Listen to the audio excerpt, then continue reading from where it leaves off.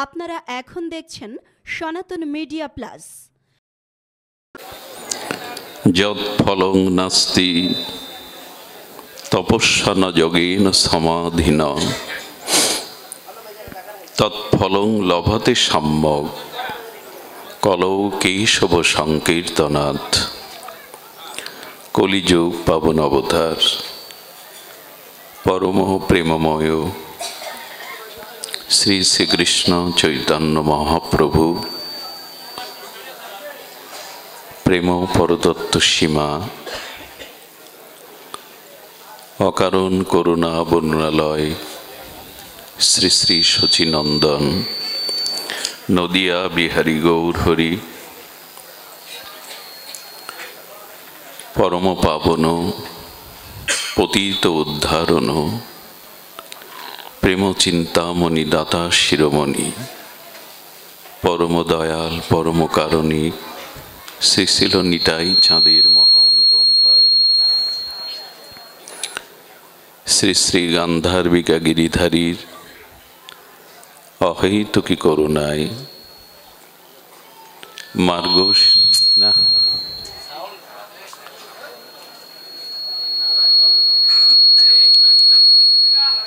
মার্গশীর্ষ অগ্রহায়ণের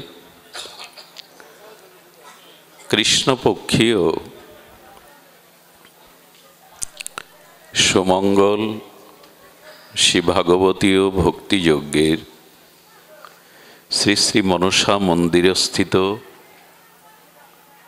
ঘটমাঝি বাৎসরিক মনসা পূজা উপলক্ষে এই পরম ভাগবতীয় ভক্তিযজ্ঞের শুভারম্ভে অস্মাদীয় জীবনধন জীবন সর্বস্ব প্রাতঃস্মরণীয় পরম বন্দনীয় শ্রী শিল গুরু মহারাজের রাতুল আতুল পাবন পদার বিন্দে পরার্ধ কোটি দণ্ডবৎ প্রণতি। সমাগত গৌড়ীয় আচার্য কুলতিলক ভাগবত ভক্তজন সাধুজন মহন্তজন শ্রদ্ধাশীলা ধর্মশীলা দেবী মূর্তি ভাগবতী মাতৃ। এখন মাইক ঠিক করা কেন? এখন গান বাজনার সময় সব এখন কেন? এইগুলো এই কমিটি আপনারা যারা আনেন আমাদেরকে এগুলো লক্ষ্য করেন না? একটা শব্দযন্ত্র প্রস্তুত রাখতে হয়। যারা এই সাউন্ড বোঝে না তাদের এখানে বসিয়ে রেখে মূল যারা বোঝে তারা চলে যায়। সুধীজন, শ্রদ্ধাশীলা মাতৃমণ্ডলী, সকল ভক্তচরণে সশ্রদ্ধ দণ্ডবৎ প্রণতি। দেবশ্রীপাদ নারদ তিনি বলছেন, যৎ ফলং নাস্তি তপস্যা, যৎ ফলং নাস্তি তপস্যা, যা তপস্যার দ্বারা প্রাপ্ত হওয়া যায় না। ন যোগেন সমাধিনা, যা অষ্টাঙ্গ যোগের দ্বারা বা সমাধির দ্বারাও প্রাপ্ত হওয়া যায় না। তপস্যার দ্বারা, যোগের দ্বারা, সমাধির দ্বারা যা প্রাপ্ত হওয়া যায় না, তৎফলং লভ্যতে সম্যক, সেই ফল তপস্যারও বাঞ্ছিত, যোগেরও বাঞ্ছিত, জ্ঞানেরও বাঞ্ছিত, সমাধিরও বাঞ্ছিত, সেই তৎফল সাম্যক রূপে পরিপূর্ণ রূপে প্রাপ্ত হওয়া যায় একমাত্র ভক্তিতে, ভগবানের শুদ্ধা ভক্তিতে। এবং কলৌ কেশব সংকীর্তনাৎ, আমাদের এই বিশেষ মহাপ্রভু নিতাই চাঁদের কলিযুগে সেই ভক্তি কেশব কীর্তনেই পাওয়া যাবে। ভগবানের নাম রূপ লীলা এর অসমধ্য মাধুর্যময় তার গুণকীর্তনে, শ্রবণ কীর্তনেই এই ফল পাওয়া যাবে। ন সাধয়তে মাং যোগ, যা যোগের দ্বারা, তপস্যার দ্বারা পাওয়া যায় না। হে উদ্ধব, না সাংখ্যং না যোগং, কিসের দ্বারা পাওয়া যায়? মম ভক্তি উর্জিতা, আমার ভক্তির দ্বারাই। সে ভক্তি হতে হবে নিষ্কপট, সে ভক্তি হতে হবে শুদ্ধা ভক্তি, সে ভক্তি হতে হবে কেবলা অহেতুকী। মম ভক্তি উর্জিতা, আমার ভক্তির দ্বারাই কেবল সম্যক রূপে আমাকে প্রাপ্ত হওয়া যায়, না তপস্যা, না যোগ, না ধ্যান, না জ্ঞানের দ্বারা। একটু ধ্যান দিন। সেই শুদ্ধা ভক্তি বা প্রীতি ভক্তি, অমলা ভক্তি, সেই ভক্তির দ্বারা ভগবান কি হন? শুধু প্রাপ্ত হন না, ভক্তি বশ পুরুষ অহং ভক্ত পরাধীন, স্বয়ং স্বতন্ত্র পূর্ণ ব্রহ্মা সরাট বিভু চৈতন্য ভগবান বলছেন, আমি স্বতন্ত্র, আমি কারো ইচ্ছাধীন নই, আমি পরতন্ত্র নই। তবু ভক্তির কাছে, শুদ্ধ ভক্তের কাছে আমি চিরকাল পরাধীন। স্বতন্ত্র সরাট বিভু চৈতন্য ভগবান, তিনি বলছেন আমি পরতন্ত্র, আমি স্বাধীন হলেও, স্বতন্ত্র হলেও অহং ভক্ত পরাধীন, আমি কেবল ভক্তের কাছে পরাধীন। সুধীজন, ভক্তের কাছে পরাধীন কেন হবেন তিনি? আর ভক্তি বশ পুরুষ, আমি ভক্তের কাছে, ভক্তির কাছে বশ হই। এই যে বশ মানে কি? দেখবেন কোনো ব্যক্তি বানর হনুমানকে বশীভূত করে, তাকে খাদ্য দিয়ে লালন পালন করে বশীভূত হয়ে বাজারে খেলা দেখায়। আর বানরকে যা যা বলা হয় সে অভিনয় করে ইঙ্গিতে সেই খেলা দর্শকের মনোরঞ্জন করেন। এবং এইভাবে এই বানর হনুমান বশকারী ব্যক্তি যা যা বলেন তাই অনুকরণ করে খেলা দেখায়। এরে বলে বশ। উঠতে বসলে ওঠে, বসতে বললে বসেন। এখন ভগবান বলছেন অহং ভক্ত পরাধীন, আর ভক্তি বশ পুরুষ, সেই শুদ্ধা ভক্তির কাছে আমি বশ হয়ে যাই। আমাকে উঠতে বললে উঠি, বসতে বললে আমি বসি। শুধু তাই নয়, ভক্ত যদি বাজারে আমাকে বিক্রি করে দেয়, আমি সেই ভক্তিবশ ভক্তের কাছে বিক্রি পর্যন্ত হয়ে যায়। কিন্তু এই যে ভগবান ভক্তির কাছে বশীভূত হন, কোন সেই ভক্তি? আর সেই ভক্তের লক্ষণও বা কি? কোলাহল করবেন না, অনেক অসুস্থ শরীরে আপনাদের চরণে এসেছি। বাইরের বা ভেতরের কোলাহল হয়তো আমাদের যে বিষয়ের জন্য এত কষ্ট, এত আয়োজন, সব নষ্ট হয়ে যাবে যদি শ্রদ্ধা না আসে, যদি শ্রবণের আগ্রহ না আসে। এসেছেন যখন সংসার ছেড়ে, মনটা একটু ভগবত কথার মধ্যেই মনোনিবেশ করুন।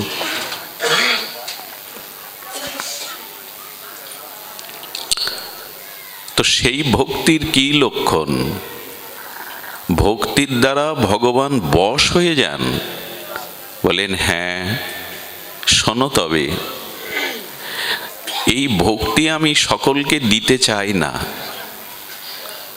ভগবান বলছেন এই ভক্তি আমি সকলকে দিতে চাই না। ভক্ত কৃষ্ণ যদি ছোটে ভক্তে ভক্তি মুক্তি দিয়া, প্রেম ভক্তি নাহি দেন রাখেন লুকাইয়া। ধ্যান দিন শব্দের দিকে। কৃষ্ণ ছুটছে কার পেছনে? ভক্তের পেছনে। কেন? তুমি ভজন করছো তাই তো আমার ভক্ত। তুমি ফুল তুলসী দিচ্ছ, আমার ভজন করছো, এখন আমি ঋণী হয়ে যাচ্ছি, সেই ঋণ শোধের জন্য আমি তোমার পেছনে ছুটছি। তুমি কি নেবে বলো? তুমি ভক্তি নেবে, মানে ভোগ নেবে। ভোগ বলতে কি জানেন? ভগবান বলছেন আমার সমান রূপ চাইলে, 4 হাত চাইলে আমি দিতে পারি। আমার মতো ঐশ্বর্য যদি চাও আমি দিতে পারি। আমার নিকটে যদি বাস করতে চাও বৈকুণ্ঠে, আমি তাও দিতে পারি। আমি ভক্তি মুক্তি, বা তুমি যদি জন্ম মৃত্যু চক্র থেকে নিষ্কৃতি পেতে চাও, সেই মোক্ষ বা মুক্তিধাম দিতে পারি। নেবে? কৃষ্ণ যদি ছুটে ভক্তে ভক্তি মুক্তি দিয়া, ভক্তি মানে অনন্ত ভোগ আর মুক্তি মানে মোক্ষ, এই দেওয়ার জন্য কৃষ্ণ ছুটছেন। কেন? ও আমার ভজন করছে, আমি ঋণী হয়ে যাচ্ছি, ও ঋণ শোধের জন্য কিছু যদি নাই ছুটছে। কিন্তু প্রেম ভক্তিটা লুকিয়ে রেখেছে, ওটা দেবে না। কৃষ্ণ যদি ছোটে ভক্তে ভক্তি মুক্তি দিয়া, প্রেম ভক্তি নাহি দেন রাখেন লুকাইয়া। কেন প্রভু দেওয়ার জন্য ছুটছো, প্রেম ভক্তিটা লুকাচ্ছ কেন? ওটা যদি দেই তাহলে চিরদিন ওর কাছে আমি বিক্রি হয়ে যাব, বশ হয়ে যাব। ও যা বলবে আমাকে তাই করতে হবে। কেউ কারোর বশ হতে চায়? আচ্ছা, এবার ভক্তের দিকে তাকান। তুমি কি চাও? ভক্তি চাও, মুক্তি চাও, শাস্তি চাও, সারূপ্য চাও, শালক্য চাও, মুক্তি চাও? ভক্ত নীরব, কিছুই চায় না। কি চায়? ধ্যান দিচ্ছেন তো? ভক্ত কি চাইছে দেখুন, আর আমাদের দশাটা দেখুন। ভক্ত কি চাইছে? ভক্ত চাইছে নীরবতা। ভগবান বলছেন কিছু তো চাও। ভক্ত চাইলো কি জানেন? আহা, দিও মানাং না গৃহন্তি বিনা মত সেবনং বিনা। হে পরম প্রেমময়, আমি তোমার কাছে ভক্তি মুক্তি ঐশ্বর্য শাস্তি সারূপ্য শালক্য চাই না, জন্মে জন্মে তোমার চরণের সেবা চাই। আমি অন্য কিছু চাই না। এখন দেবদেবীর কাছে, ভগবানের কাছে আমরা এরকম বলি তো, চাকরি বাকরি সংসারের উন্নতি অর্থবিত্ত চাই না, তোমার সেবা চাই। ওইটুকু চাইতে শিখিনি বলে আমাদের ধন বৃত্ত বৈভব সুযোগ সুবিধা পাই, কিন্তু ভক্তি হয় না। চাওয়াটাই পাওয়া। আপনি কেমন চাইছেন তার উপর নির্ভর করবে আপনার পাওয়া। আপনি ধন জন পুত্র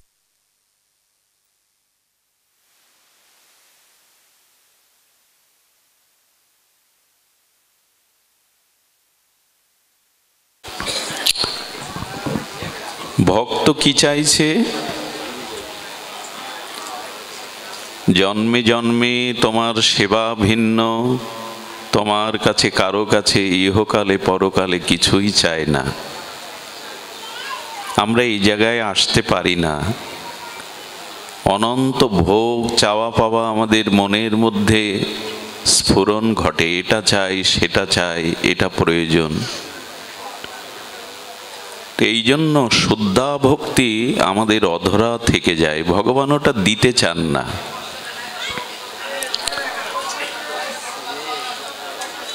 ভক্তিতে ভগবান কিভাবে বশ হন, এটা ধ্যান দিন, আপনারাই শুনুন। কে কি এলো, কে কি বললো, ওদিকে দৃষ্টি দিন না, এদিকে দৃষ্টি দিন। ভাগবত যখন হয় দৃষ্টিটা অন্যদিকেও ফেরাতে নাই, হরি কথার মধ্যেই নিবিষ্ট হতে হয়। তো ভগবান ভক্তিতে বশ যেহেতু, এই জন্য ভক্তি সহজে দিতে চান না। আচ্ছা, ভগবানকে যদি বলি ভক্তি যদি ভক্তকে তুমি দাও, প্রেম ভক্তি শ্রদ্ধা ভক্তি দাও, তো কি হয়? বলে আমার আর সে দাস থাকে না, আমি সত্যি সত্যি জন্ম জন্মান্তরে ওই ভক্তের দাস হয়ে যায়, আমি দাস হই। আর এটা যাত্রা মঞ্চের অভিনয়ের দাস নয়, চিরকালীন তার দাস হই। একবার ভাবতে পারেন সেই সর্বগরীয়সী মহান ভক্তির কি মহিমা। এখন ভক্তিতে ভগবান যে বশ হন, দাস হন, তার একটা দৃষ্টান্ত শুনুন। আপনাদের মনে আছে ভস্মাসুর নামের এক অসুর, তিনি ভগবান শিবের আরাধনা করতে শুরু করলেন, কঠোর তপসাধনা। নামটা কি বললাম? ভস্মাসুর। আশুতোষ ভগবান শঙ্কর অল্পতেই তুষ্ট হন। তো এই ভস্মাসুরের কঠোর তপস্যায় সন্তুষ্ট হয়ে ভগবান শঙ্কর বলছেন বর চাও, উনি দিতেই আসেন। ভস্মাসুর বলছে প্রভু আমাকে বর দিন যে যার মাথায় আমি হাত রাখবো সে যেন ভস্ম হয়ে যায়। ভগবান শঙ্কর এত ভোলানাথ,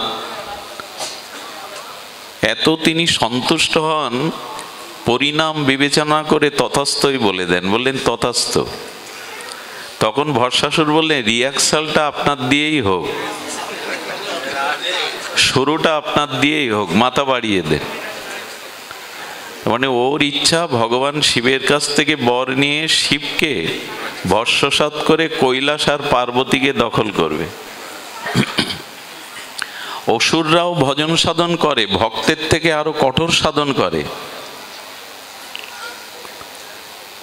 যেমন ওর সাধনও প্রথমে হাত কেটেছিল ভস্মাসুর, তারপরে একটা পা কেটেছিল। যখন দর্শন দিচ্ছেন না তখন শরীরের অনেক অঙ্গ কাটতে শুরু করেছে। এই দেখে শিব ঠাকুর, এখন কেউ কেউ সাধন ভজন করে নিজের কামনা বাসনা পূরণের জন্য,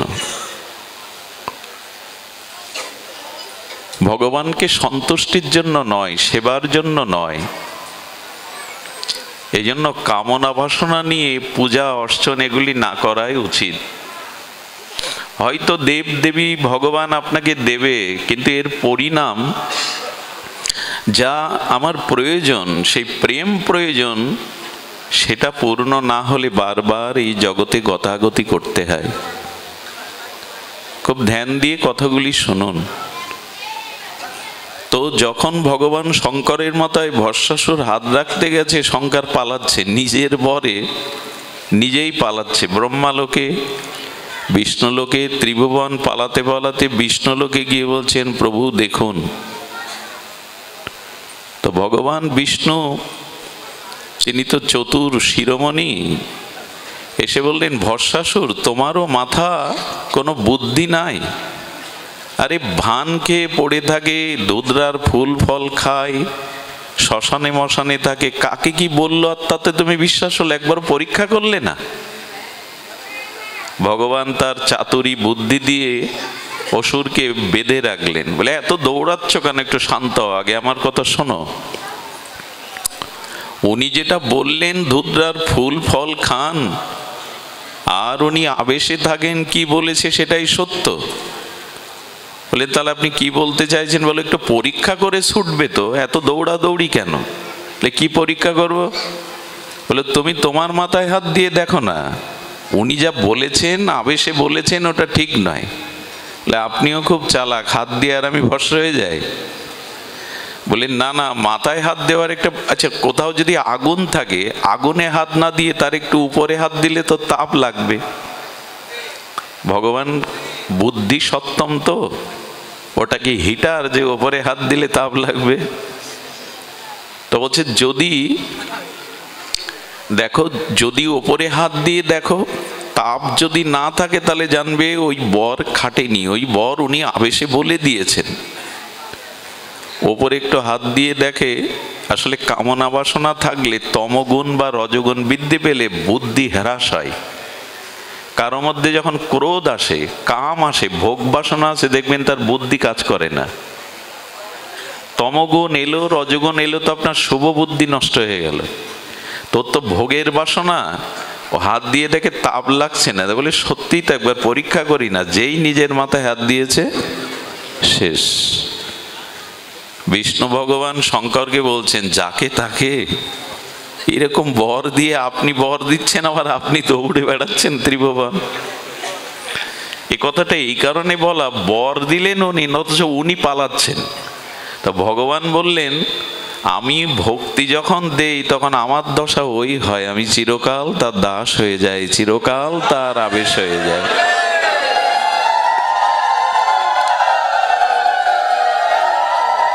এই জন্য ভক্তি বা প্রেম আমি সহজে দিতে চাই না,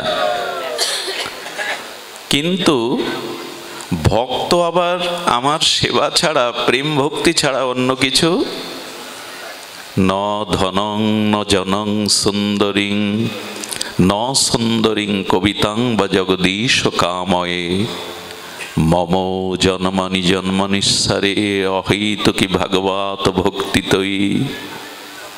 আমি ধন চাই না, আমি কবিত্ব প্রতিভা মান চাই না, সুন্দরী রমণী চাই না, জন্ম জন্মান্তরে তোমার চরণে যেন আমার অহৈতুকি ভক্তি হয়, হেতু যেন না থাকে।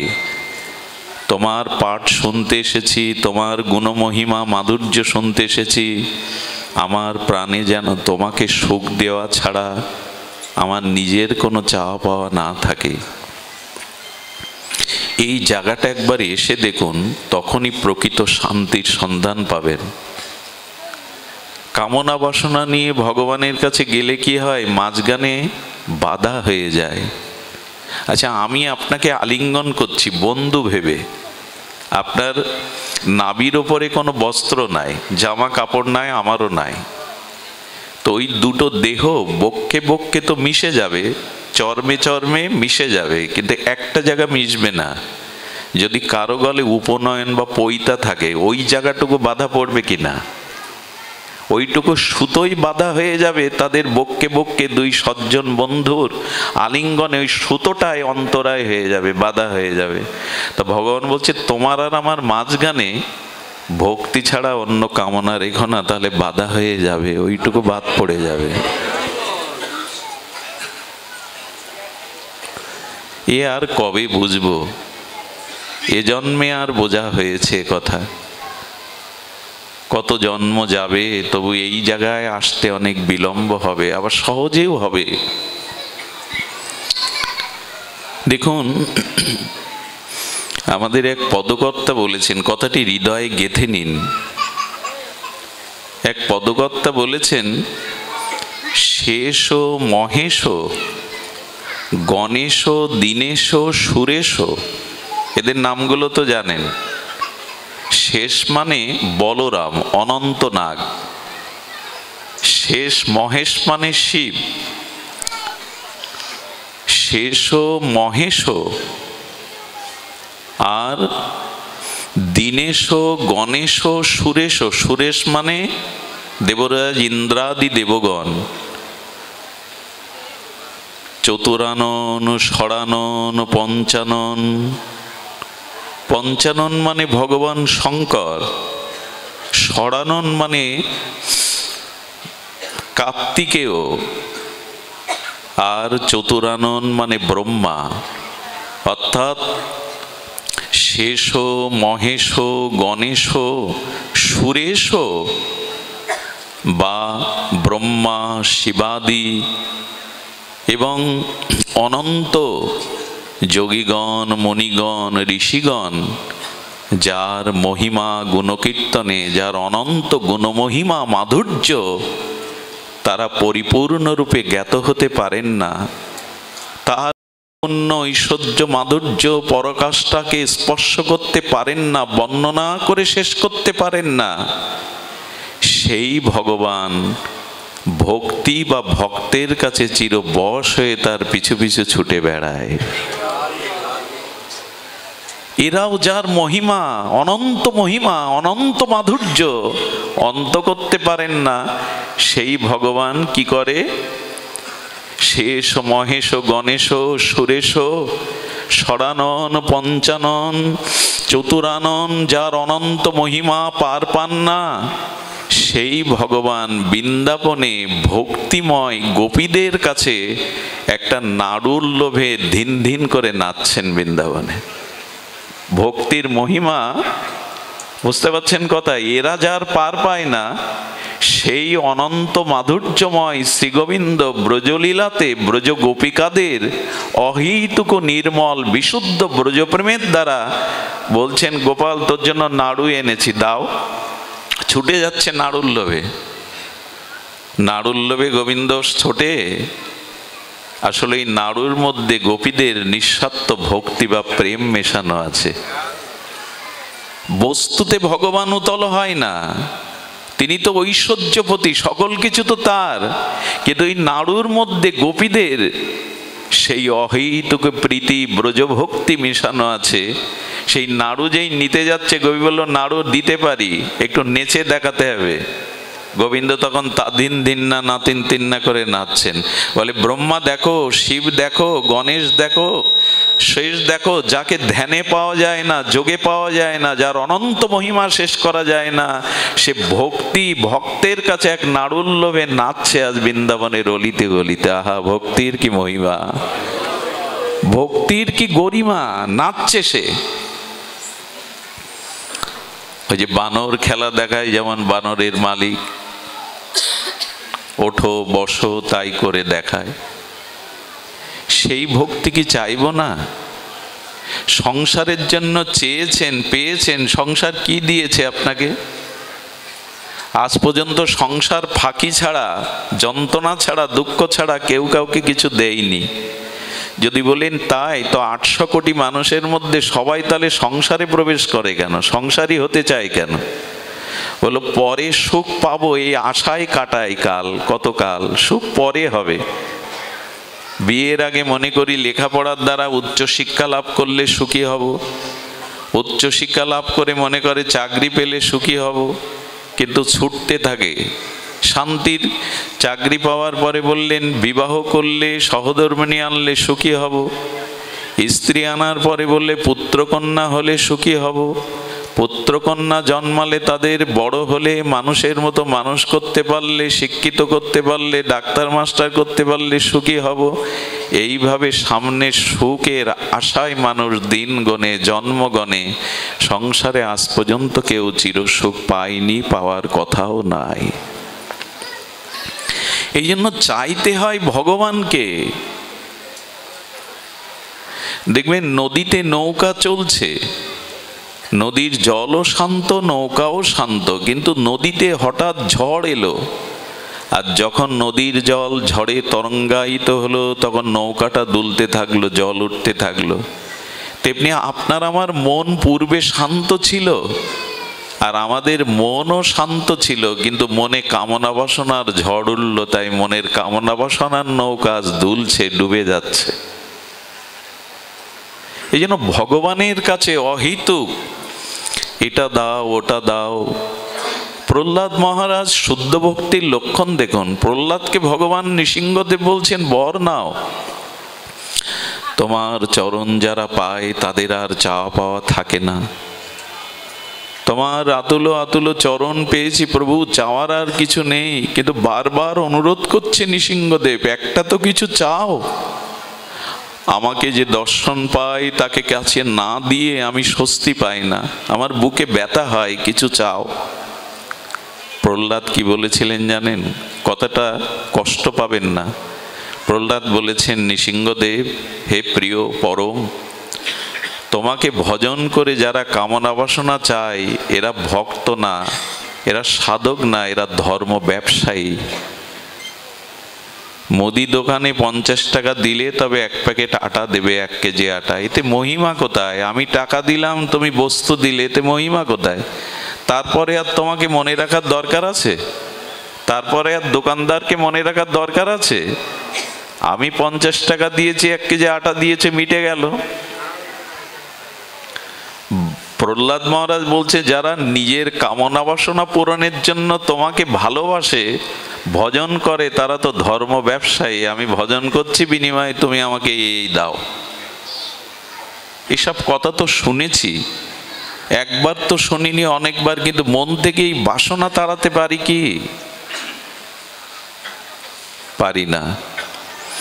এই জন্য সাধু সঙ্গের এই কথাগুলিকে খুব ধ্যান দিতে হবে। পরে বাড়ি গিয়ে মনন করতে হবে যে উনি কি বলে গেলেন, বারবার বলেন কি এরা এসে। সেগুলো কি বাড়ি গিয়ে ধ্যান করেন, মনন করেন, চিন্তা করেন? ঘোলের মধ্যে, মাখনের মধ্যে মাখন আছে, কিন্তু উঠতে গেলে ওটা মন্থন করতে হয়, নাহলে মাখন ওঠে না। হরিকথা শুনে বাড়িসে বালিশে মাথা রেখে চিন্তা করতে হয় কথাটি কি বললেন উনি। এটি মনন করতে হয়, মন্থন করতে হয়। গাভীগুলো সারাদিন মাঠে ঘাটে বনে কি খায়? লতা পাতা তৃণ ঘাস খায় না, গলৎকরণ করে, শুধু ঢোকায়। খায় কখন জানেন? গোয়ালে গিয়ে নিশ্চিন্তে ওই তৃণগুলো, লতা পাতাগুলো তখন আবার মুখে তোলে, তখনই চিবিয়ে চিবিয়ে ওগুলো খায়। একে বলে মানে জাগর কাটা। যদি সারাদিন গলৎকরণ করে গোয়ালে জাগর না কাটায়, তবে ও অসুস্থ হবে, মারা যাবে, রোগগ্রস্ত হয়ে যাবে। তো ভাগবত শুনেও আমাদের রোগ সারবে না যদি জাগর না কাটেন, মনন না করেন, চিন্তা না করেন, ধ্যান না করেন। হচ্ছে অনুষ্ঠান, উনি তো মিষ্টি মিষ্টি করে দুটো কথা বলেন, ভালো লাগে, যায়। এই জন্য ভাগবতে আসা। কিছু নেব না এখান থেকে, জীবন বদলাবে না, আমার স্বভাব চরিত্রের গায়ে হাত পড়বে না, শুধু আসবো, প্রসাদ পেয়ে হই হুল্লোড় করে চলে যাব, এই হয়ে গেল, এমন নয়। প্রহ্লাদকে বারবার বলছেন কিছু চাও। প্রহ্লাদ চেয়ে বসলেন কি জানেন? তবে তোমার দেওয়ার যখন এত ইচ্ছা প্রভু, এই দাও। আমার চিত্ত মাঝে মনোবাসে কোনো কিছু চাওয়ার বাসনার বীজটাই তুমি নষ্ট করে দাও। কোনো কিছু চাওয়ার যে বীজ, আগে তো বীজ, তারপরে তো অঙ্কুর হবে। তো কামনা বাসনা চাওয়ার বীজটাকেই তুমি নিষ্ক্রিয় করে দাও, যাতে কোনো চাওয়া আমার মনে না জাগে। এ কোথায় আর আমরা কোথায়? আমরা কোথায় আর এরা কোথায়? শুনতে এসছি শুদ্ধ ভক্তির কথা, এরা কোথায় আর আমাদের স্তর কোথায়? সুধীজন, এই জন্য ভক্তিতে ভগবান চিরকাল অভিনয় নয়, যাত্রা মঞ্চের মতো নয়, নাটক নয়, উপন্যাস নয়। ভগবান বললেন আমি চিরকাল তার দাস হয়ে যাই। সার্বভৌম শ্রী গীতাতে নবম অধ্যায় 22 শ্লোকে ভগবান তার দৃষ্টান্ত প্রমাণ সহ রেখেছেন। অনন্য চিন্তন্ত মাং যে জনা পর্যুপাসতে তেষাং নিত্যাভিযুক্তানাম যোগক্ষেমম বহম্মহম। অনন্য, অন্য চিন্তা না করে, অন্য কোনো ভাবনা না করে, নিত্য নিরন্তর অবিচ্ছিন্ন তৈলধারার ন্যায় যিনি আমার ভজন করেন, আমি দায়িত্ব নিচ্ছি তার যোগ এবং ক্ষেম, অর্থাৎ তার প্রয়োজনীয় বস্তু আর সেটি সংরক্ষণ, দুটো দায়িত্ব আমি নিজ মাথায় করে বয়ে দেব।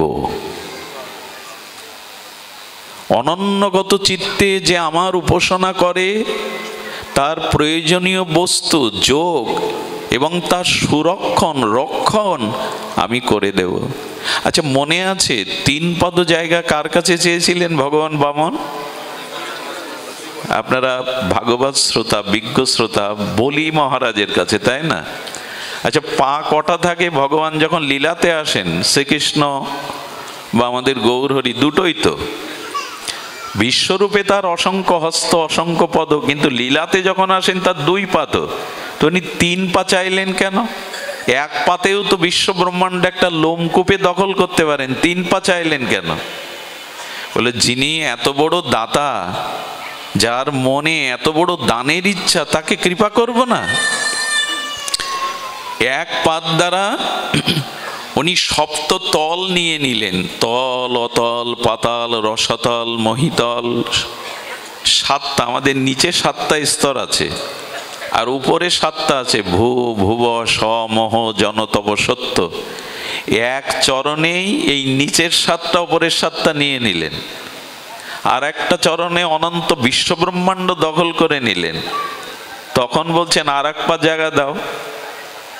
বলে সবই তো নিয়ে নিয়েছো, জায়গা যেমন, আর তুমি 3 পদ চেয়েছিলে, এখন তো 2 পা দেখছে, আর এক পাও তো তোমার নাই। আসলে এটা ভগবানের কত বড় কৃপা দেখুন, 2 পাতেই তো কাজ সারতে পারতেন, আর এক পা চাইলেন কেন জানেন? যে আমাকে সর্বস্ব দিয়ে দেয়, আমিও তাকে সর্বস্ব দিতে আসি, আমিও তাকে সর্বস্ব দিতে আসি। এই জন্য নাভি থেকে একটা দিব্য চরণ প্রকাশ করলেন। বলি খুঁজে পাচ্ছেন না, অনন্ত বিশ্ব ব্রহ্মাণ্ডের মধ্যেই তো আমি, সবই তো দিয়ে দিয়েছি, এই চরণের জায়গা কোথায় দেব?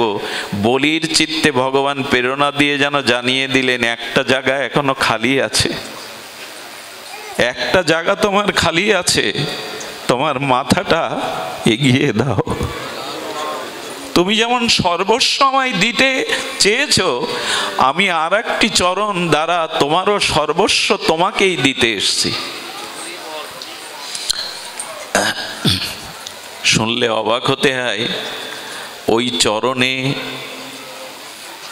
চরণ বলি রাজার মস্তকে রেখে কি বলেছিলেন জানেন? বলি, আজ থেকে সুতল রাজ্যটা তোমার, আর এই সুতল রাজ্যে আমি তোমার দাড়ি হয়ে লাঠি নিয়ে দাঁড়িয়ে থাকবো। এ আবেগতাড়িত কথা নয়, আপনাদের মন দুর্বল করার কথা নয়।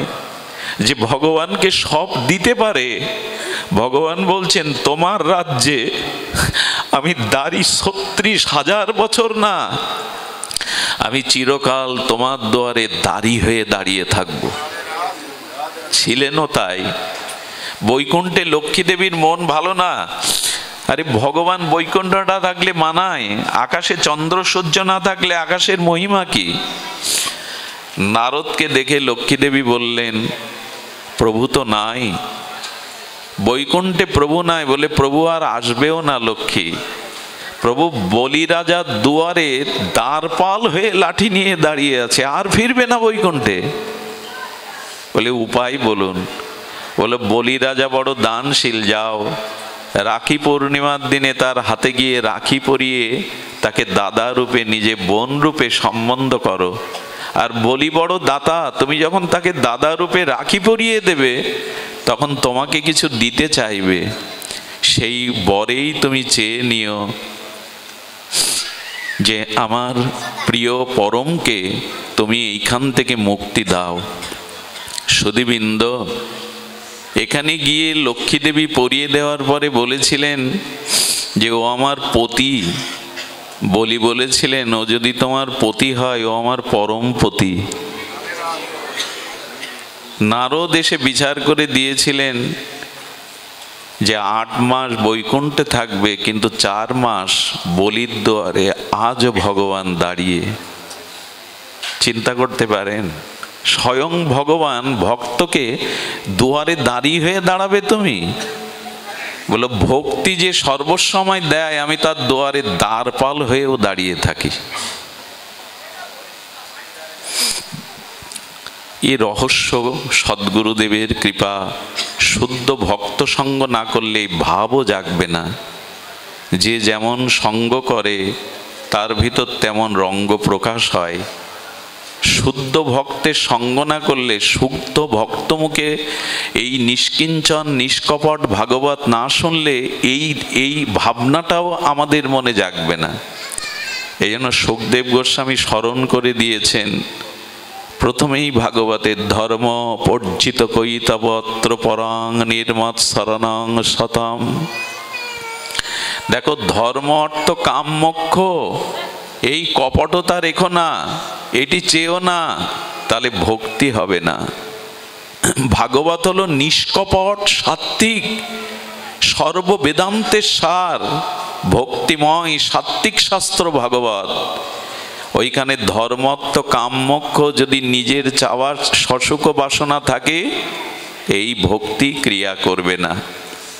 সুধীজন, এই যে ভক্তির কাছে বশ ভগবান, চলুন বৃন্দাবনে গিরি গোবর্ধনে আমরা সুরদাসজির একটু চরিত্র গুণগাথা শ্রবণ করি। ভগবানের গুণগাথা আর ভক্তের চরিত্র গাথা। একটু বাইরে ঘুরিয়ে আনুন, ওকে বাইরে ঘুরিয়ে আনুন। জয় শ্রী রাধে। ঠিক আছে, লাগবে না, বসুন। চলুন আমরা সুরদাসের মহিমা কথা শ্রবণ করি। ভক্তের ভক্তির বশ কিভাবে ভগবান।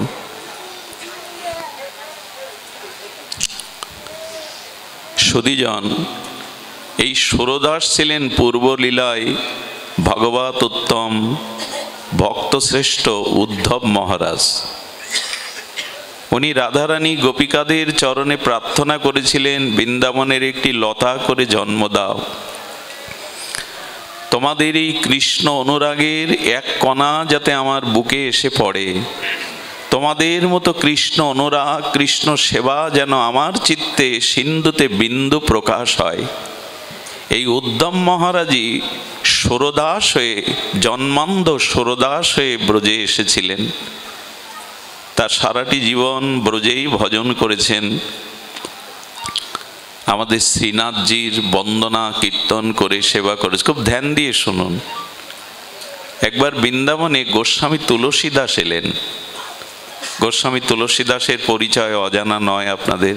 রামচরিত মানস প্রণেতা বাল্মীকি এসেছিলেন আমাদের মহাত্মা তুলসীদাস গোস্বামী হয়ে। তুলসীদাস আরাধনা করতেন রাম সীতার। কার আরাধনা করতেন?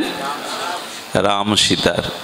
উনি একবার বৃন্দাবনে এলেন, কিন্তু বৃন্দাবনে কোনো মন্দিরে যান না। কেন যান না? এই দেখুন, ভজন নিষ্ঠা কাকে বলে। চানাচুর মুড়ি ঝাল মুড়ির মতো তো নয় ভক্তি, যেখানে যা পাবো তাই স্বাদের জন্য করিয়ে নেব। এখানে ঝালমুড়ি ভালো লাগে মানুষের, বহু কিছু মশলা, কতটা কটু থাকে সামনে, এটা এটা ওটা ওটা দিতে দিতে বেশ ভালো লাগে।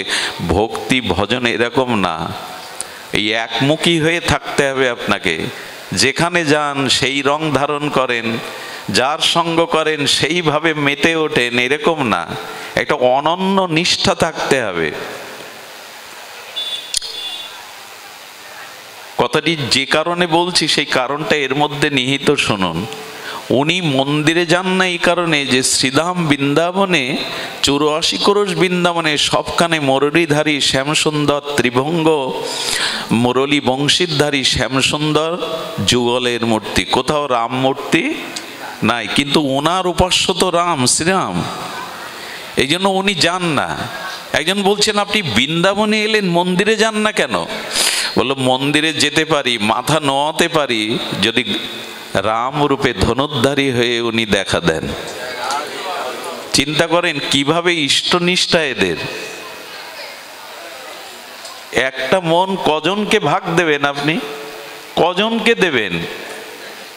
মায়েরা দেখবেন পুরনো দিনে শুষ্ক ওই যে সুয়ের, সোনামুখী সুয়ের ভেতরে সুতার জন্য সুতার আঁশ থাকলে ওর ভিতরে পরাতে পারত না। মায়েরা অনেক সময় গালের লালা দিয়ে ওই আঁশগুলো এক করে নিয়ে, তেমন আমার মন যদি বিভিন্নমুখী হয় অনন্য ভক্তি হবে না। এই দেখুন দৃষ্টান্ত। বলছেন আমি যাব কেন মন্দিরে? আমার উপাস্য তো রঘুপতি ধনুর্ধারী রামচন্দ্র, যদি ওই রূপে দেখা দেন তাহলে আমি যেতে পারি। একজন বলছেন আপনার তো ইষ্ট স্ফূর্তি সবখানেই হয়, যান না। শ্রীনাথজির মন্দিরে গিয়ে চোখ বন্ধ করে বললেন আমি জানি আমার রাম আর শ্যামে কোনো পার্থক্য নেই, কিন্তু তোমার ধনুর্ধারী শ্যামল রূপেই তো মন প্রাণ সঁপে দিয়েছি। সতী নারীর তো দুজন পতি হতে পারে না, সতী নারীর তো দুজনকে মন দিতে পারে না, সে একজনকেই মন দিয়ে আসে। আমি তেমনি তোমার চরণে রঘুনাথ মন দিয়েছি, যদি পারো বাঁশি ছেড়ে ধনুর্ধারী রূপে দেখা দাও।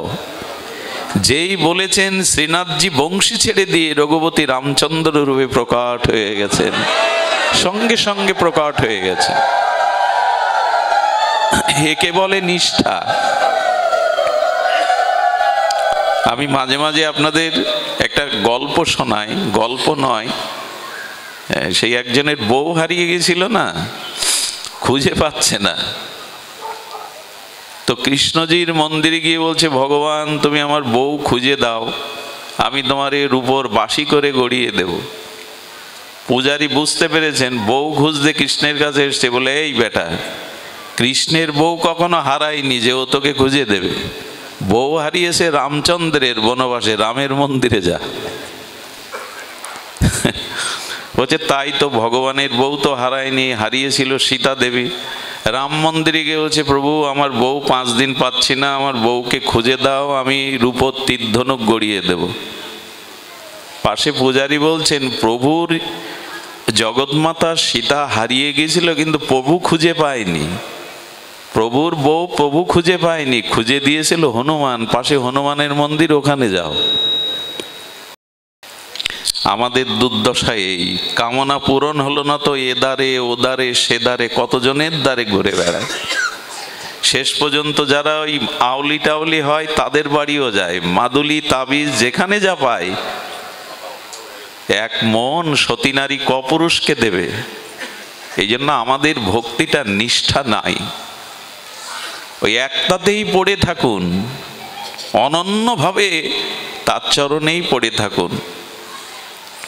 তো যখন দেখা দিয়েছে এই কথাটা প্রচার হয়ে গেল বৃন্দাবনে, একদিন এই সুরদাসের সাথে সাক্ষাৎ হয়ে গেল তুলসীদাসের। একটা মার্মিক কথা বলি, লিখে নিন, হৃদয়ে লিখে নিন। ভক্ত ভগবান যখন একত্রিত হয় তখন পরমানন্দ হয়। কি আনন্দ হয়? কিন্তু দুজন ভক্ত যখন একত্রিত হয় আর তাদের মধ্যে আলাপ হয়, দুজন সাধু, দুজন তো মহাত্মা, তখন অদ্ভুত আনন্দ হয়।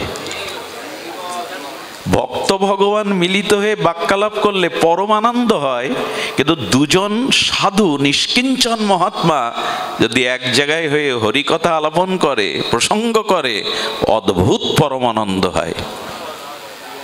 দুজন সাধু যখন কথা বলবে, দূরে দাঁড়িয়ে চুপচাপ শুনবেন, দেখবেন অনেক অজানা উত্তর, অনেক জানা ওর মধ্যে দিয়ে এসে যাবে, শুধু ওদের কথা দূরে দাঁড়িয়ে শুনলে। ভগবত প্রসঙ্গ ছাড়া তো ওনারা অন্য কিছু করেন না। আর সে কথাগুলো তত্ত্ববহ।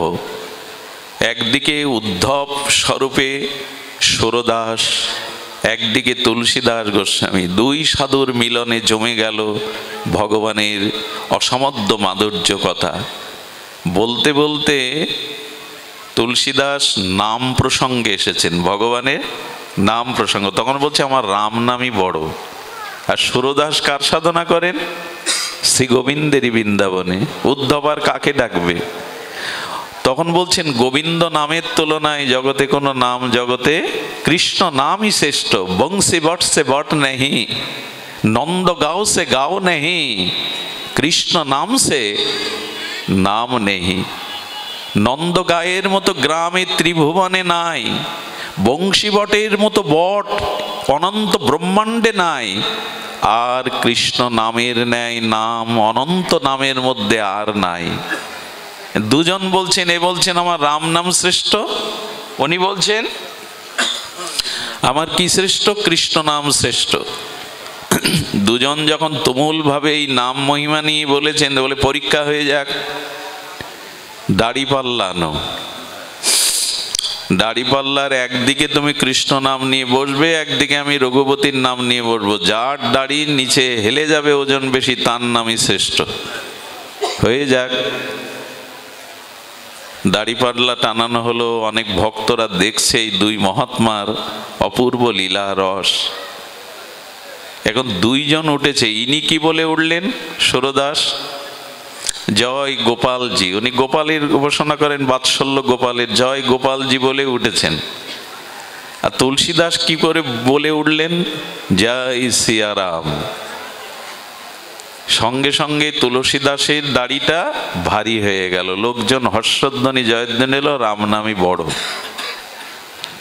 তুলসীদাস খুব কষ্ট পেলেন, সারাটি জীবন অন্ধ হয়ে তোমার ভজন করে গেলাম, তোমার সাধন করে গেলাম, আজ আমাকে সকলের সামনে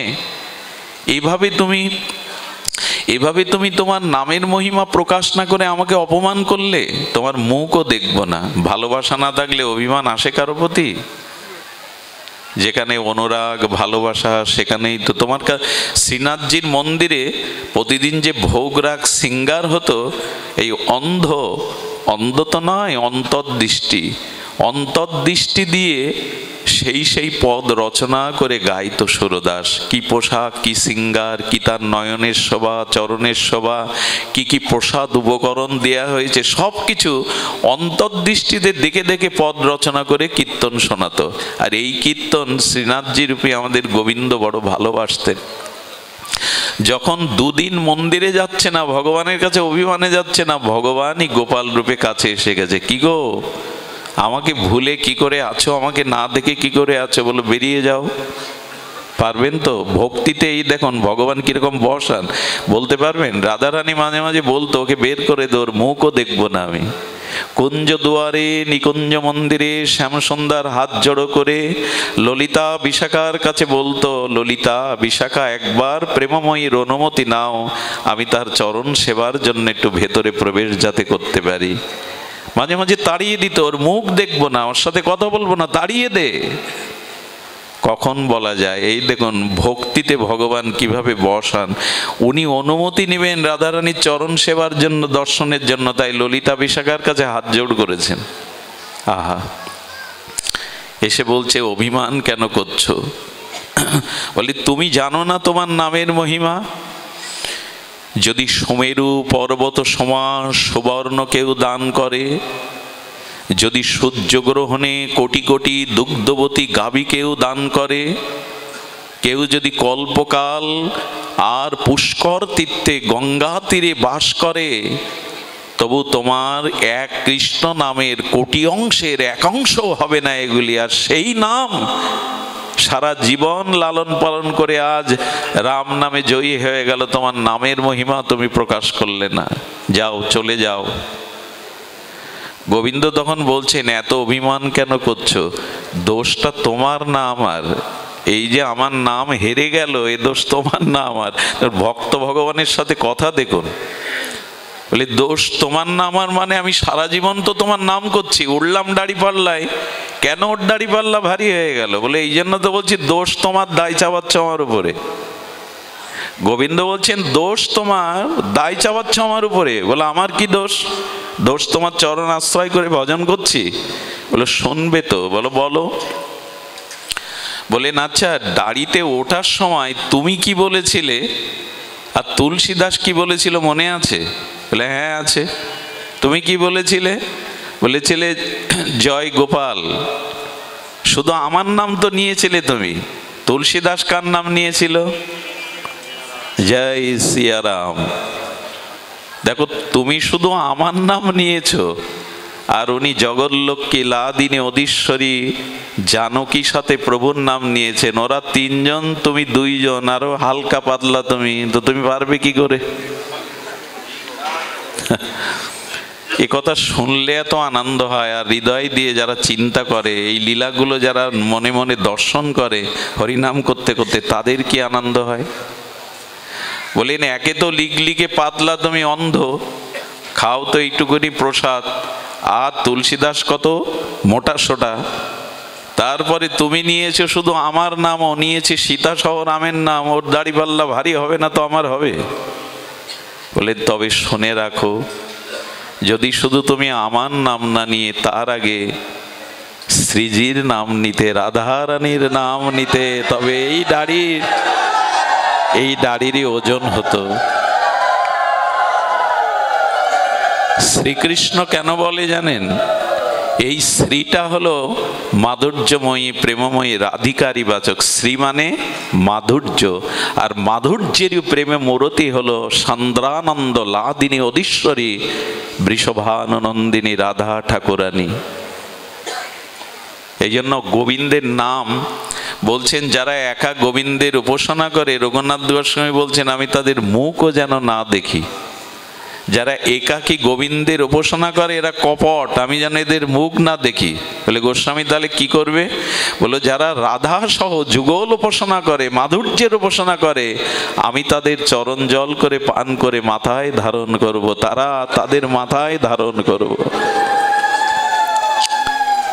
সুরদাস বুঝলেন সত্যিই তো রাধারানীর নাম তো আমি নেইনি। আহা, অভিমান চলে গেল। বুঝতে পারলেন যে নাম নিতে গেলে শ্রীজির নাম আগে নিতে হবে।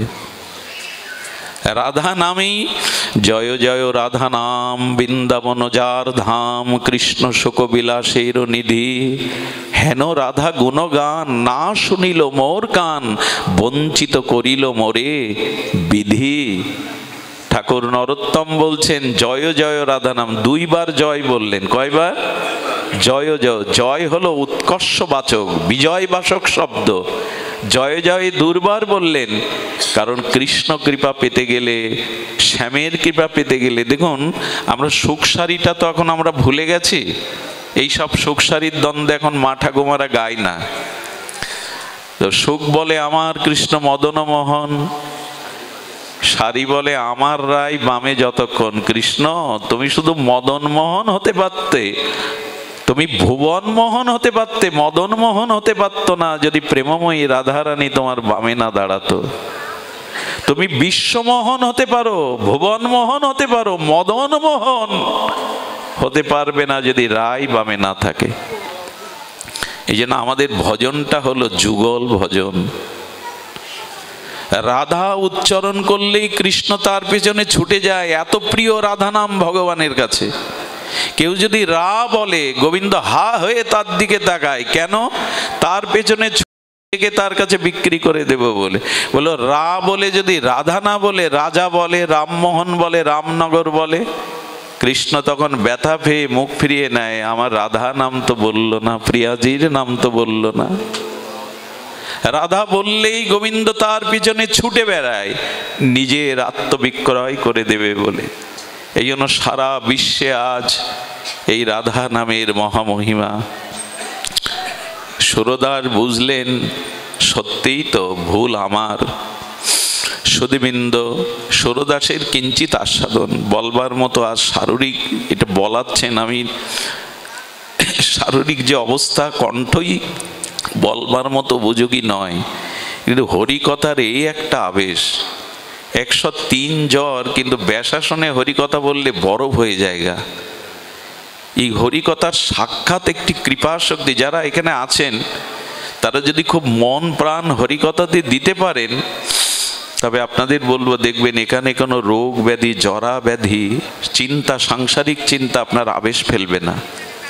হরিকথার সাক্ষাৎ মহিমা। পুণ্য করলে ফলটা কত জন্ম পরে পাওয়া যায়, আর ভক্তি সাক্ষাৎ ফল প্রদায়নী, সঙ্গে সঙ্গেই ফল প্রদান করে, চিত্তের অপ্রাকৃত আনন্দ দিয়ে দেয়। তো সুরদাসের মহিমা শুনুন।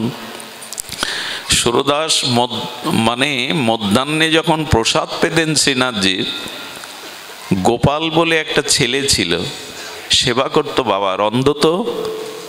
তো বাবা প্রসাদ পাওয়ার আগে তো কথা বলতো না, একটা জলের ঝাড়ি গ্লাস দিয়ে আসতো। এটা নিত্য নিয়ম ছিল গোপালের। কিন্তু গোপাল আজকে জল দিতে ভুলে গেছে। আর সুরদাস বাবা প্রসাদ পেতে পেতে কি হয়েছেন, গলায় এমন করে এক গ্রাস অন্ন আটকে গেছে, প্রসাদ সচ্ছে না, চিৎকার করে গোপালকেও ডাকতে পারছে না, কোনো রকমে গো বলে উঠেছে, সচ্ছে না, গলায় জলও পাশে নেই, অন্ধ সুরদাস। যেই গো বলে উঠেছেন, কি বলবো, সঙ্গে সঙ্গে গোবিন্দই গোপাল বেশে এসে জল হাতে ধরিয়ে দিল। শুধু হাতে ধরালো না, বাবা আমি দিচ্ছি তুমি পান করো তো। যেই জল পান করছে বলে, জল পান তো প্রতিদিন করি, এমন আস্বাদন জলের তো থাকে না। অমৃতের মতো আস্বাদন করে ওনার দেহে পুলক সাত্ত্বিক বিকার দেখা দিচ্ছে, হৃদয়ে বড় আনন্দ হচ্ছে। গিলাসটা ওখানে রেখেই গোপাল চলে গেছে। কিছুক্ষণ পর যখন প্রকৃত সেবক গোপাল এসেছে, বললেন এই জল তুই আজ কোথা থেকে এনেছিস? বলে ও বাবা ক্ষমা করে দিন, আজ তো আমি আপনার জলের ঝাড়ি দিয়ে যাইনি দুপুরে। আমার পরে মনে পড়ে বলো অনুশোচনা হচ্ছে, বাবা আজকে আপনি যখনই বলেছি তুই ঝাড়ি দিসনি, বললো না আমি জলের ঝাড়ি দেইনি তো। সঙ্গে সঙ্গে বলছে যা তো শ্রীনাথজির মন্দিরে দেখে হয় তো শ্রীনাথজির নিজের সেবার গ্লাসটা ওখানে আছে কিনা।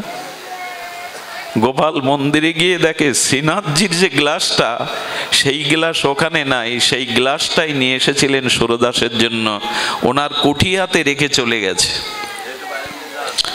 বললেন গোপাল, শ্রীনাথ তুমি জল দিতে এসেছো?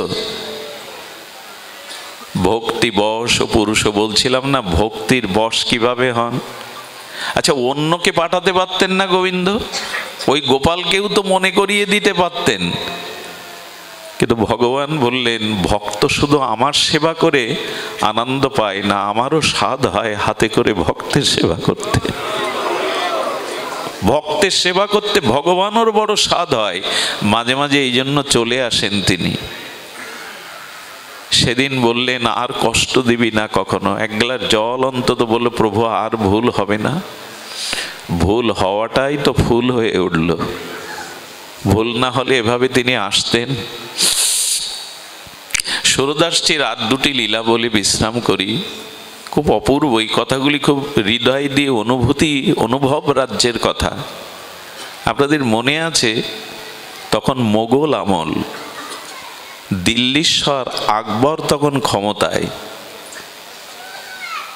এই 50 বছর মোগল সাম্রাজ্যের এই প্রচণ্ডশালী সম্রাট আকবর তখন বাস করেন বৃন্দাবনের অদূরে আগ্রাতে। আগ্রাতে বাস করেন আকবর। আকবরের একটু অনেকগুলো বিবাহের মধ্যে একটি হিন্দু রমণীকে তিনি বিবাহ করেছিলেন। নামটা আমার এখন স্মরণ আসছে না। তো হিন্দু সেই রমণীটি ছিলেন ব্রাহ্মণ তনয়া। ছোটবেলা থেকে ব্রজের আশেপাশে জন্মাতো, তার ভিতরে বিশুদ্ধ ব্রাহ্মণ কুলে এসেছিলেন। তো সেইটাই তো ভগবত প্রীতিটা তার ভিতরে ছিল। সম্রাট আকবর ওর রূপ গুণ, ওর সেবা মহিমায় এতটা আকৃষ্ট ছিলেন যে ওর স্বাধীনতায় বাধা দিতেন না। বলতেন সম্রাট মাঝে মাঝে ব্রজ দর্শনে আমাকে যেতে দিতে হবে, মাঝে মাঝে ব্রজ দর্শনে আমাকে যেতে দিতে হবে। সম্রাট আকবর ওর রূপ গুণে মহিমায় এতটা মোহিত ছিলেন যে ওকে নিষেধ করতেন না। মাঝে মাঝে ব্রজে যমুনায় যেতেন, বংশীবটে যেতেন। একদিন যমুনা পুলিনে দেখে এক অপরূপ একটা মানে প্রস্ফুটিত শরতের পদ্মের মতো শোভামণ্ডিত একটা বালিকা দাঁড়িয়ে আছে, একাকী, পাশে কেউ নাই। তার মাধুর্য দেখে, তার বদন সৌন্দর্য দেখে মোহিত এসে বুকে এসে জড়িয়ে দিলেন। কে তুমি? এখানে তোমার মা, তোমার পিতা, তোমার আপনজনরা কোথায়? বললো আমার কেউ নাই। সুধীবৃন্দ বুকে করে জড়িয়ে ধরলেন। আপন স্নেহে মনের ভিতরে জাগলো, আজ থেকে তুই আমার কন্যা। রাজপ্রাসাদে নিয়ে গিয়ে তাকে রাখলেন, কিন্তু এই সংবাদটা আকবরকে জানতে দেননি। তিল তিল শশীকলার ন্যায় ধীরে ধীরে একে মানুষ করতে লাগলেন। এই সুন্দরী মাধুর্য মূরতি যেন কোনো দেবলোক থেকে, কোনো অনন্ত মাধুর্য লোক থেকে নেমে এসেছে। একটু বড় হলো, কিশোরী হলো, ততদিন কিন্তু ঢেকে রেখেছেন। কারণ সবাই জানেন কেন ঢেকে রেখেছেন। আকবর যদিও সম্রাট, কিন্তু তার মধ্যে ভোগের বাসনা যায়নি। এই জন্য কন্যাকেও নিজের সন্তান কন্যা মনে করে মানুষ করলেও সম্রাটের সাথে পরিচয় দেননি। একদিন এই সম্রাটের স্ত্রী মুখ অন্ধকার করে বসে আছে। বালিকা এসে বলছে, মা তোমার মুখ অন্ধকার তো মানায় না, কেন, কি চিন্তা করছো? বললো সম্রাট আগের মতো আর আমাকে ভালোবাসে না, আগের মতো আমাকে স্মরণও করে না। তার একটাই কারণ, আমার ভিতরে যে সৌন্দর্যটা সে দেখেছিল সেটা হয়তো এখন পায় না। মার এই ব্যথা মনে করে এই ব্রজ বালিকা, ওনার একটা বিশেষ গুণ ছিল, উনি সিঙ্গার করতে পারতেন। কোনো কোনো মেয়েরা সাজাতে পারে খুব সুন্দর, এই গুণটা ওর ছিল। ওই এমন করে ওর মাকে সাজিয়েছে, নিজেই আয়নাতে মুখ দেখে নিজেই মোহিত হয়ে যাচ্ছেন। ওই দিন সম্রাট যখন এনার মুখ দেখে অবাক হয়ে মাথা নত করে বলে, তুমি এখনো এত সুন্দর, এত মাধুর্যে ভরা তোমার বদন। আচ্ছা বলো তো, আজকে কে তোমাকে সিঙ্গার করেছে? যেটা এত বছর ধরে জানান দেয়নি। বলতে হলো, আমারই এক কন্যা, তোমারই সে সন্তান হয়। বলে তাকে দেখাও। বলে তার কাছে যেতে পারবে না, আমি দূর থেকে পর্দাটা সরাচ্ছি, তাকে দেখো। যেই ওকে দেখেছে, আসলে কে জানেন এই বালিকা? এই বালিকা ললিতা সখী। কেন এই বালিকা রূপে এসেছেন আপনাদের পরে বলছি। উদ্ধব মহারাজের সাথে একবার ললিতাজির একটা বিষয় নিয়ে মতবিরোধ দেখা যায়। তখন দুইজন অভিশাপ নেন যে আমরা অন্য কোনো রূপে এই ব্রজে জন্মাবো, আর যেদিন আমাদের দুজনের সাথে দেখা হবে সেদিন এই রূপ ছেড়ে আমরা নিত্য লীলায় নিত্য রূপে ফিরে যাব। ললিতা, এই ললিতা রাধারানীকেই তো সিঙ্গার করেন। যেই রূপ দেখেছে, বাদশা বলছে এই রূপ জগতে কারো হতে পারে না।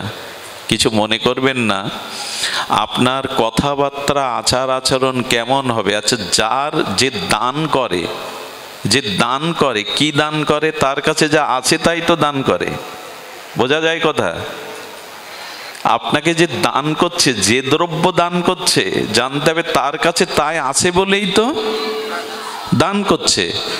ঠিক তেমনি ঘোলা জলের থেকে যদি জল নিতে চান, পরিষ্কার জল পাবেন? তা আপনার ভেতরে যা আছে তাই আপনার চাউনিতে, আচার ব্যবহারে, আপনার চরিত্রে প্রকাশ হয়। এই জন্য লোক দেখানো ভাবটা যেন আমরা কখনো না দেখাই। আমাদের আসলে ভেতরে যা আছে তাই প্রকাশ হয়, ওটা রেখে দেওয়া যায় না, ওটা ঢেকে রাখা যায় না, ওটা কপটতা করে, ছলনা করে বেশি দিন আটকে রাখা যায় না। এই জন্য ভেতরের ভাবটা যার যেমন, ও ললিতা সখীর মাধুর্য নিয়ে এসছেন। ওকে দেখে সম্রাট আকবরের ভিতরে বাসনা জেগে গেল, বলল ওকে আমি বিবাহ করতে চাই। যেই ওর দিকে দৃষ্টি দিয়ে তাকিয়েছেন, সঙ্গে সঙ্গে মানুষের গায়ে আগুন লাগলে যেমন গা জ্বলে পুড়ে অঙ্গার হয়ে যায়, উনি ছটপট করতে লাগলেন।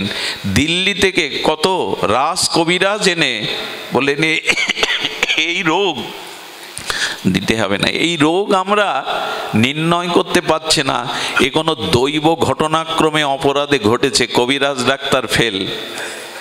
আমি একটা অনুরোধ করব এখন হাত জোড় করে, আর আপনারা এই কথাটা নিয়ে যাবেন। কোনো শুদ্ধ ভজনশীল মহাত্মা বা ভক্তিবতী মা বা ভক্তির আধার আশ্রয় যারা আছে, সাধু মহাত্মা, এদের দিকে কখনো কুভাবনা নিয়ে দৃষ্টি বা ব্যবহার করবেন না। সে অভিশাপ কিন্তু আপনি ডাক্তার কবিরাজ দিয়ে, ঔষধ দিয়ে সারতে পারবেন না।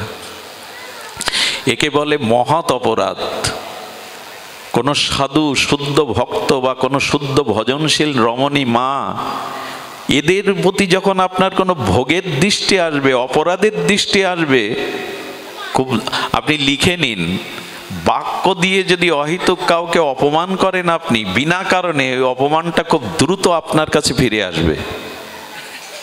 শরীর দিয়ে যদি কোনো পাপ করেন, সাথে সাথে না ফিরে এসে কিছুদিন পরে, আসলে মানুষ অন্যের ক্ষতি করে না, করে নিজের ক্ষতি। মনে করে অন্যের ক্ষতি করছি, কিন্তু ক্ষতি করে সে। মানুষ অন্যকে অপমান করে না, অপমানটা সে নিজেকেই করে। এই ভাবনা আসলে আর এই দৃষ্টিগুলো থাকবে না। এই জন্য কারো প্রতি যারা ভজন করেন, বিশেষ করে ভগবানের চরণাশ্রয় করেন, এদের প্রতি যদি কোনো অপরাধ দৃষ্টি এসে যায়, সে ফল সঙ্গে সঙ্গে ক্রিয়া করবে আগুনের মতো। ওনার গাত্রদাহ যখন হলো, সমস্ত রাস কবিরাসরা যখন বললেন এটা দৈবকৃত কোনো পাপের ফল মহারাজ, এটা আমাদের হাতে ঔষধ নেই, সত্যিই থাকে না। আমরা কবে আর সতর্ক হব?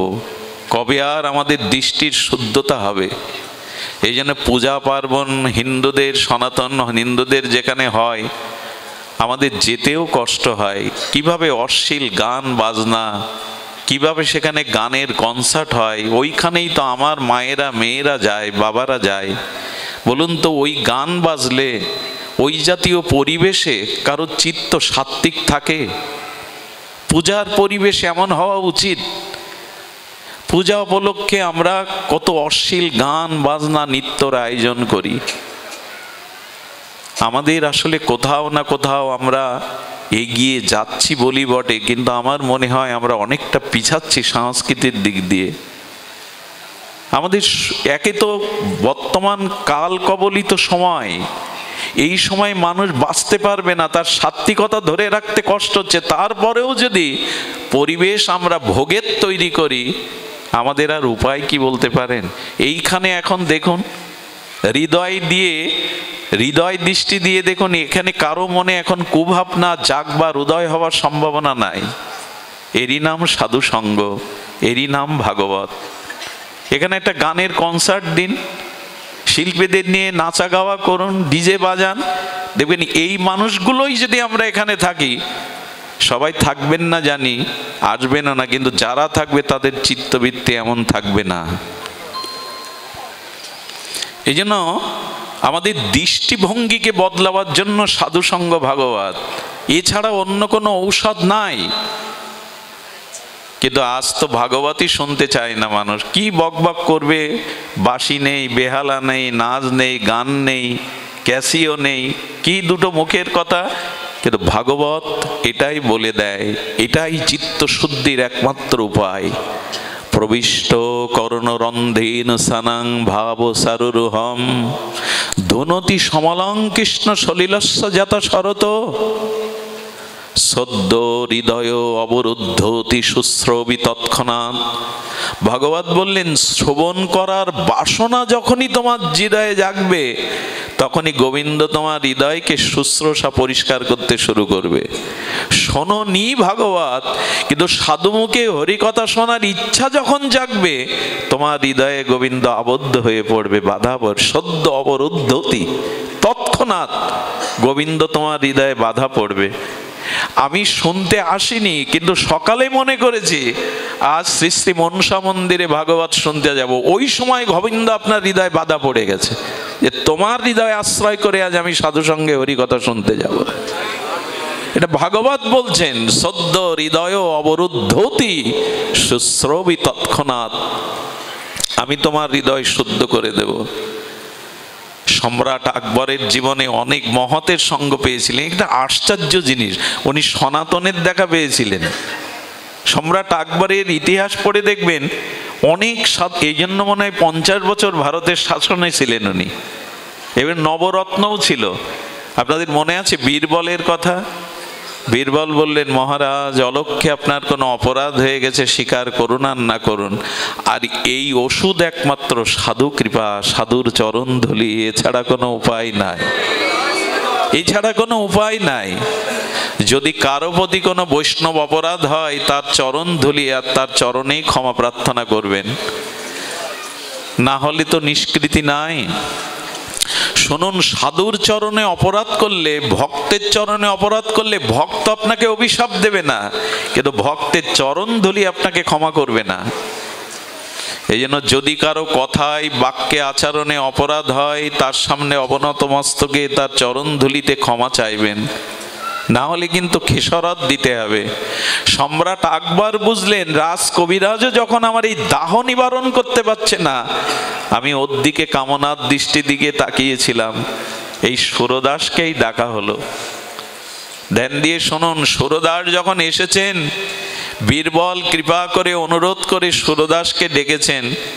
সুরদাস বলছেন, মহারাজ ঔষধ তো আপনার ঘরেই আছে, যার প্রতি কুদৃষ্টি দিয়েছেন তার চরণে আর ক্ষমা প্রার্থনা করে তার চরণ ধুলি অঙ্গে মাখুন।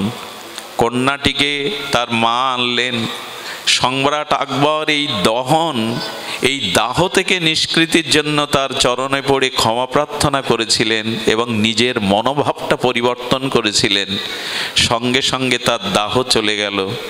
আর সুরদাস তো অন্তর্দৃষ্টি দিয়ে দেখলো কে, তখনই বলল, সুরদাস আমি ললিতা, তোমার সাথে আমার কথা ছিল যেদিন দুজনার সাক্ষাৎ হবে সেদিন আমি নিত্যলীলায় চলে যাব। সঙ্গে সঙ্গে কি করেছিল জানেন? যোগাগ্নিতে অর্থাৎ যোগের দ্বারা দৃষ্টির দ্বারা অগ্নি প্রজ্বলন করে অগ্নিতে আহুতি দিয়েই ললিতা তার নিত্যলীলায় চলে গিয়েছিলেন এই শরীর ছেড়ে। সুরদাস যাননি, যাওয়ার কথা ছিল। সুরদাস আরো কিছুদিন ছিলেন, কিসের জন্য শুনুন। আহা, কেন ছিলেন জানেন? আপনার আমার মতো পতিতকে, আপনার আমার মতো বিষয়ী লোককে একটু ভক্তি দান করবে বলে। উনি শ্রীনাথজির মন্দিরে যেখানে ভজন করতে যেতেন, ওই শ্রীনাথজির মন্দিরে অর্থাৎ গিরি গোবর্ধনের পরিক্রমা মার্গে শ্রীনাথজির মন্দিরের তলে একটা মুদি দোকানদার ছিল। তো উনি কি করতেন, যারা উপরে দেখতে যেত শ্রীনাথজিকে ভগবানকে, তারা এসে এসে তাদের কাছে ডেকে শুনতো আজ কি পোশাক পরা, আজ কি কি ভোগরাগ দেওয়া। এখন উনি ওই বর্ণনা করে খরিদ্দার আনতেন, আরে আসে এসো, শ্রীনাথজি আজকে এই হলুদ রঙের পোশাক পরেছেন, এই তার ভোগ হয়েছে, এই ভোগের উপাচার, এভাবে বর্ণনা করলে বলে নিনি তাহলে প্রতিদিন প্রতিক্ষণে মনে হয় দেখতে যান শ্রীনাথজিকে, এই জন্য ওনার দোকানে ভিড় জমে গেল। একদিন সুরদাস বলছেন, প্রভু বৃন্দাবনে যার জন্ম আর তোমার মন্দিরের পতাকা তলে যে বাস করে, সে লোককে ঠকাচ্ছে, তোমাকে দেখে এসে বর্ণনা করে, অথচ সে কোনোদিন তোমায় দেখতে যায়নি। বলো বাবু আমার সাথে চলো, যার বর্ণনা করে টাকা পয়সা জোগাড় করছো একবার তাকে দেখবে চলো। বলেন ঠিক আছে বাবা, বলছেন আমি কালকে যাব, সিঙ্গার আরতির সময় যাব, কিন্তু কাল আর আসে না। বলি সন্ধ্যাবেলায় যাব, বাবা আবার আসেন। আচ্ছা আমাকে আপনাকে কেউ বললে আমরা তার কাছে যেতাম। এই হলো সাধু। সাধু হৃদয়টা হলো নবনীতের মতো নরম, পরের দুঃখে পরের কল্যাণের জন্য যে অপমান সহ্য করেও বারবার ভক্তের জন্য মানুষের জন্য প্রার্থনা করে। সাধু পোশাকে আশাকে নয়, পরহিতের জন্য যার জীবন উৎসর্গ তিনিই সাধু। নবনীত যেমন সূর্যের তাপ লেগে গলে যায়, আর সাধু অন্যের দুঃখ দেখলে, অন্যকে ভগবত বিমুখতা দেখলে তার হৃদয়ে ব্যথা ওঠে। কেন এই জীবটা তোমার চরণে যাবে না, তোমার ভজন করবে না? বলো সন্ধ্যায় চলো, বলে এখন লক্ষ্মীর প্রদীপ জ্বালিয়েছি, গেলে লক্ষ্মী ছাড়া হয়ে যাবো, এইসব অজুহাত দেখাতেন। আর প্রতিদিন সুরদাস প্রার্থনা করতেন, শ্রীনাথ তোমার চরণতলে আছে, তোমারই পাশে বাস করে, একবার তাকে কৃপা করো। এইভাবে বলতে বলতে একদিন সুরদাস বলছে, শোনো আমি এই মুহূর্ত আমার গানের দ্বারা, জানো তো আমি পদ রচনা করে শ্রীনাথকে শোনাই, আমি পদ রচনা করে লোক জোগাড় করে বলবো যে তুমি একদিনও শ্রীনাথকে দেখনি, অভিনয় করো, লোক মুখে শুনে এই ব্যবসা চালিয়ে যাচ্ছ, তোমার কিন্তু আর কেউ আসবে না এখানে। এখন নিজের স্বার্থে টান পড়লে তো সমস্যা, বাবা এটা বলবেন না, আমাকে যাবো, আমার ব্যবসা লাটে উঠবে। বলি তাহলে চলো। আচ্ছা এইভাবে যদি বারবার আপনাকে আমাকে কেউ ফিরিয়ে দিত, তাকে ডাকতাম, চলো ভগবান দেখবে। এই হলো সাধু, এই হলো মহাত্মা, যিনি অপমান লাঞ্ছনা সহ্য করেও অন্যকে কৃষ্ণমুখী করার চেষ্টা করেন। সুধীজন যখন বললে বাবাজির কথা না রাখলে তো সর্বনাশ, তখন কি করেছে জানেন? তারপরেও ওর মন চাইছে না, সেদিন চরণে গিয়ে লুটিয়ে পড়েছে, শ্রীনাথ আমার চোখের জলের কোনো মূল্য নেই তোমার কাছে, তুমি ওকে কৃপা করবে না? তোমার কৃপা না হলে জীব তোমার ভজনমুখী হয় না, তোমার চরণমুখী হয় না। শ্রীনাথজি প্রকট হয়ে কি বললেন জানেন? ওকে তো আমি সেই দিনই গ্রহণ করেছি, সেই দিনই আমার হৃদয়ে আমি ওকে করে নিয়েছি। বলো দেখা দাওনি, সে এখনো চরণে আসেনি। কোন দিন? বলে যেদিন তুমি ওকে স্বীকার করেছো সেই দিন আমি ওকে হৃদয়ে নিয়ে নিয়েছি, যেদিন তুমি ওকে স্বীকার করেছো। আহা, একটা কথা বলি, ভগবানের কোনো প্রিয় ভক্ত যদি আপনার জন্য ভগবানের কাছে প্রার্থনা করে, ভগবান বললেন সেই দিনই ওই ভক্তের প্রার্থনার জন্য আমি তাকে আমার করে স্বীকার করে নিই। শুদ্ধ ভক্ত ভগবানের কাছে যদি কোনো প্রার্থনা করেন আপনার জন্য, বলেন সেই দিন তো আমি ওকে স্বীকার করেছি যেদিন তুমি ওকে স্বীকার করেছো। এই জন্য ভগবান আপনাকে চান এটা বড় কথা না, ভক্ত আপনাকে চান কিনা। আগে ভক্ত কৃপা, তারপরেই ভগবানের কৃপা। এই দেখুন সেটাই বলছেন, আগে হরিদাসের কৃপা, তারপরে তো লক্ষ্য হীরাপতিতা ভগবানের কৃপা পরে পাবে। আগে হরিদাসের কৃপা, আগে ভক্তের কৃপা, আগে ভগবানের কৃপা নয়। তখনই ওর মনে প্রেরণা দিয়ে আর ও নিচে থেকে তখন ওপরে উঠল, চরণ ধরে বলল, ওকে একবার তোমার রূপের মাধুর্য এক ছটা দেখিয়ে দাও বিজুরি চমকের মতো। শ্রীনাথজি তার অনন্ত মাধুর্য প্রেমরূপের ছটা বিজুরি চমকের মতো ওকে দেখালেন।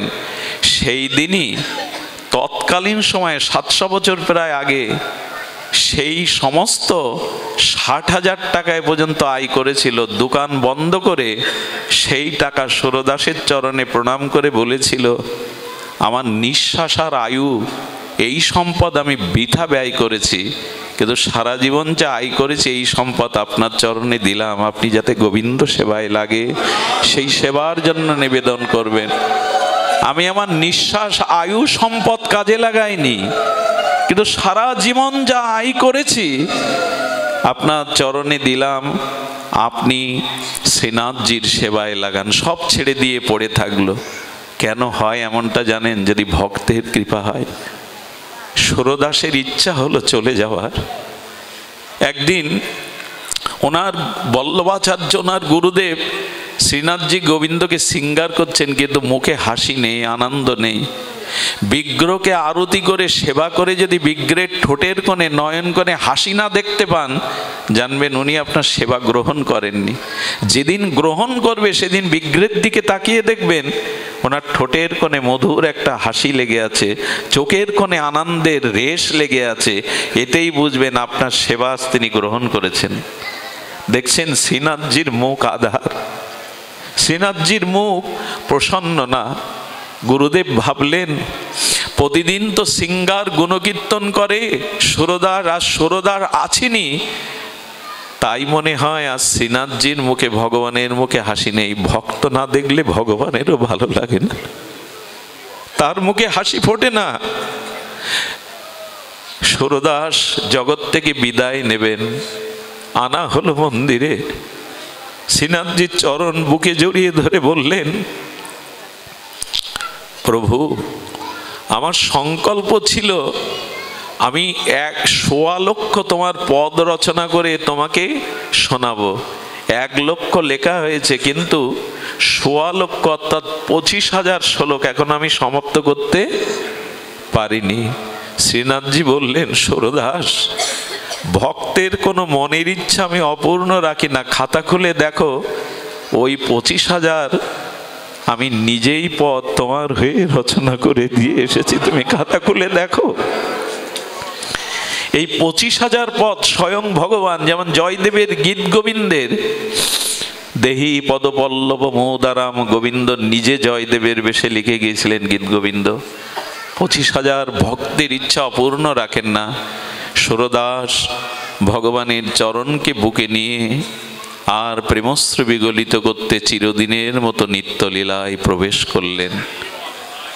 ভক্তের ভক্তির কাছে ভগবান এমনি করেই চিরদিন বশ হন।